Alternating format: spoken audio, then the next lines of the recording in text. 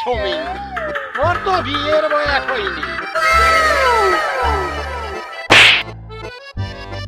চাচা, একটা গোপন কথা আছে। কি গোপন কথা কও?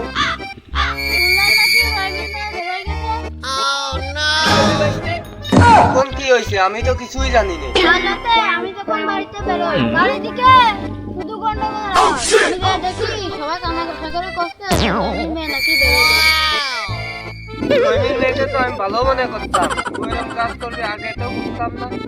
কিরে আলি, তোকে অনেকক্ষণ ধরে দেখতেছি, সমালোচনা করতেছিস কি জানো? সুধিরামের কোনো খবর রাখিস না? তুই এমন ঘটিস আজ আমার খবর রাখতে হবে? আরে বন্ধু, রহিমের মেয়ে তো বের হয়ে গেছে, শুনিসনি? কি কখন খোঁজ করতে কিছু জানিস? গ্রামের এরকম অবস্থা ছিল না, গ্রামটা খুব ভালো ছিল। এখন মেয়ে ছেলেপিলে বের হয়ে যাচ্ছে। বর্তমানে ফোন আসাতে গ্রামের ছেলেপিলে সব বের যাচ্ছে। আপনি ঠিকই কইছেন। বেচারা এইসব কাজ মাস করিস নে, মা বাপের দুর্নাম করিস নে, প্রেম ভালোবাসা করিস নে তোরা। আচ্ছা, আমরা ওই ধরনের ছাল না, আমরা খুব ভালো ছেলে, প্রেম প্রীতি করি না। বুঝতে আমার বাবার একটু কাজ আছে, আমি বাজার থেকে ঘুরে আসি। থাকো, আমি যাই।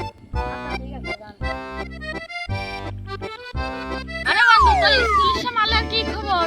মাল কি আনাই বেড়াই গেছে নাই? আরে বন্ধু, আমি তো বিপদে পড়ে গেছি। আমার সে মালের হয়ে গেছে বিয়ে ঠিক, আমার তো ইনকাম নেই, আমি আর আরে বন্ধু, তাহলে তোর গাড়ি যা না, গার্জিয়ান পক্ষে তাহলে আমাকে যে মেয়ের বাড়ি কইবে না।